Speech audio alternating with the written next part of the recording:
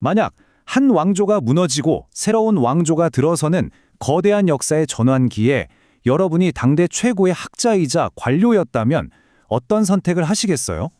오늘 우리가 살펴볼 인물은 바로 고려에서 조선으로 넘어가는 이 격동의 시대를 살았던 학자 권근입니다. 도대체 그는 어떻게 자신이 섬기던 왕조를 등지고 새로운 왕조에 충성을 바칠 수 있었을까요? 자, 지금부터 그 속으로 한번 깊이 파고 들어보죠. 이것이야말로 권근을 둘러싼 가장 핵심적인 질문입니다. 평생을 바쳐 충성을 맹세했던 나라가 망했을 때 그는 자신의 선택을 어떻게 정당화했을까요? 그저 단순한 변절이었을까요? 아니면 그 뒤에 뭔가 더 깊은 철학적 고뇌가 있었던 걸까요? 한번 상상해 보세요. 500년이나 이어져 온 고려라는 거대한 배가 서서히 침몰하고 있었던 겁니다. 권근 같은 관료들한테는 정말 자신의 모든 것을 걸어야 하는 너무나도 어려운 선택의 순간이었을 겁니다. 자, 그럼 지금부터 현대학자인 김종진 님의 분석을 바탕으로 권근이 과연 어떤 마음으로 이 어려운 선택을 내렸는지 그 마음속으로 한번 들어가 보겠습니다. 권근의 선택을 이해하려면 이걸 먼저 알아야 합니다. 바로 그의 지적인 독립성이에요. 이분 그냥 책에 쓰인 대로만 믿고 따르던 그런 학자가 아니었다는 거죠. 이게 진짜 흥미로운 지점인데요. 당시 학문의 기준이나 다름없던 주자학을 권근은 맹목적으로 추종하지 않았다는 거예요. 김종준 학자의 분석을 보면 주위의 학설을 기본으로 삼으면서도 늘 이게 정말 맞나? 하고 비판적인 질문을 던졌다는 거죠. 그리고 자신만의 해석을 내놓으려고 했던 아주 유연한 태도를 보였습니다. 바로 이 점이 나중에 그의 정치적 결정을 이해하는 데 아주 중요한 열쇠가 됩니다. 그의 철학을 떠받치는 두 번째 기둥은 바로 도덕적 리더십의 중요성입니다. 권근에게 충성의 대상은 왕조의 이름이 아니라 그 왕조를 이끄는 군주의 도덕성이었어요.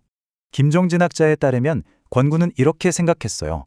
군주가 해야 할 가장 중요한 임무는 어떤 정치 기술이나 힘이 아니라 자기 자신의 도덕성을 갈고 닦아서 백성들의 본보기가 되는 거라고요. 즉, 왕 한 사람의 덕이 모든 것의 근본이라고 본 거죠. 바로 이 말이 그의 핵심 신념을 아주 정확하게 보여줍니다. 군주의 도덕성이 무너져버리면 그 왕조에 대한 충성도 의미를 잃게 된다는 생각. 바로 이 생각이 그의 선택을 이해하는 결정적인 단서가 되는 겁니다.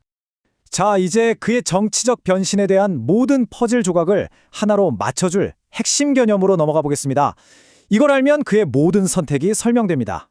그건 바로 권도입니다. 권도가 뭐냐면요, 쉽게 말해 성황윤리 같은 거예요. 어떤 절대적인 원칙에만 꽉 막혀 있는 게 아니라 상황의 무게나 맥락을 보고 판단하는 거죠. 더 큰 정의나 더 나은 결과를 위해서라면 때로는 기존의 규칙을 유연하게 적용할 수 있다는 아주 실용적인 철학입니다. 이 표를 보시면 그 차이가 확 느껴지실 거예요. 기존 유학자들이 목숨처럼 여겼던 절이는 한 왕조에 대한 절대적이고 변치 않는 충성이죠. 하지만 권근이 내세운 권도는 달랐습니다. 충성의 대상이 왕조라는 형식이 아니라 군주의 도덕성이라는 내용에 있었던 셈이죠. 그러니까 핵심은 바로 이겁니다. 권군은 권도라는 철학적 도구를 통해서 자신의 선택을 정당화한 거예요. 부도덕한 고려의 마지막 왕들보다는 새로운 덕을 갖춘 조선의 군주를 섬기는 것이 더 큰 선을 이루는 길이다 라고 판단한 거죠. 이것이 단순한 변절이 아니라 그의 철학에 기반한 정치적 결단으로 평가받는 이유입니다. 그리고 넘어가기 전에 오늘 저희가 참고한 자료에 대해서 잠깐 말씀드릴게요. 오늘 내용은 김종진 학자의 연구와 권근이 쓴 원문 일부를 바탕으로 구성됐다는 점 알아두시면 좋겠습니다. 참고로 임창수님의 분석은 이번 자료에는 포함되지 않았습니다. 자, 그럼 오늘의 이야기를 정리해 볼까요? 권근의 선택은 단순한 기회주의적인 변절이 아니었습니다.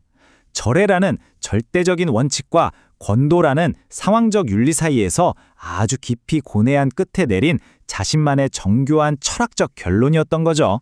600년 전 한 학자의 고민이 오늘을 사는 우리에게도 여전히 유효한 질문을 던집니다. 원칙과 현실 사이에서 여러분이라면 어떤 선택을 하시겠어요?